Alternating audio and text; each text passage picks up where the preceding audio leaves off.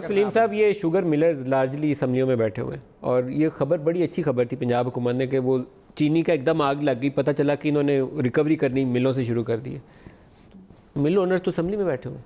देखिए सारी पार्टीज़ की तकरीबन बराबर बराबर है, ये एक दूसरे पे ब्लेम शिफ्ट सबकी बराबर रिप्रेजेंटेशन है और बड़े तगड़े मिलर्स इधर भी हैं और उधर भी हैं। बहुत बड़ी माफिया है और इसमें आप देखिए कि basically Pakistan is a water starve. हमारे पास पानी नहीं है, यहाँ पे गन्ने की फसल नहीं उगनी चाहिए। हमने क्या किया है कि गन्ने की फसल ने कपास की फसल का जो इलाका था उस पर भी कब्जा कर लिया। कपास का बेड़ा गर्क हो गया जी। कॉटन में हम लीड किया करते थे, कॉटन का बेड़ा गर्क कर दिया इसलिए कि शुगर में पैसा पड़ा, दुनिया एक्सपोर्ट पे रिबेट मिल रहा है। दुनिया भर में ये पाकिस्तान के मुकाबले में आधी कीमत पे आपको चीनी मिलती है। आप पाकिस्तान में चीनी क्यों बनाना चाहते हैं? और फिर रिबेट भी देते हैं एक्सपोर्ट, फिर उसके बाद एक्सपोर्ट की उसके। अच्छा, एक चीज़ आप महंगाई के ऊपर मुसलसल पूछ रहे हैं। देखिए महंगाई का असर मैं आपको बताऊं कि क्या हो रहा है।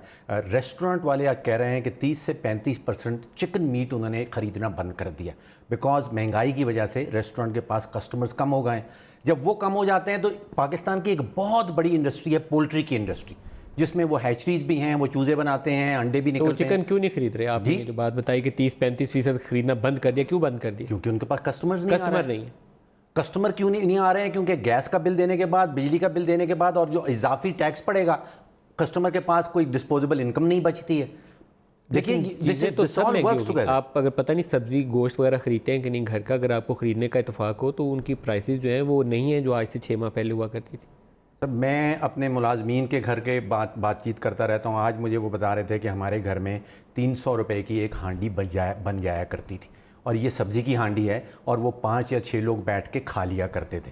कहते हैं अब वो तकरीबन 550-600 रुपये तक खर्चा आ रहा है और वो वाला खाना भी नहीं मिल रहा जो हमें कुछ महीने पहले मिल रहा था।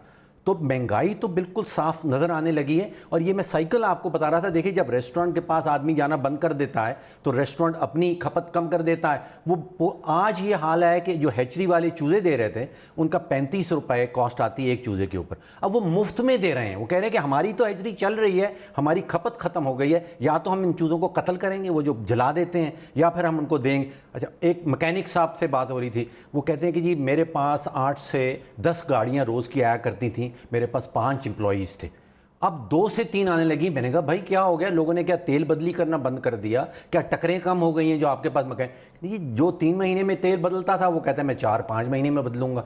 उसने 5 में से 3 लोगों को निकाल दिया है। ये सारी इकोनॉमी में हर जगह ये फैल रही है चीज़।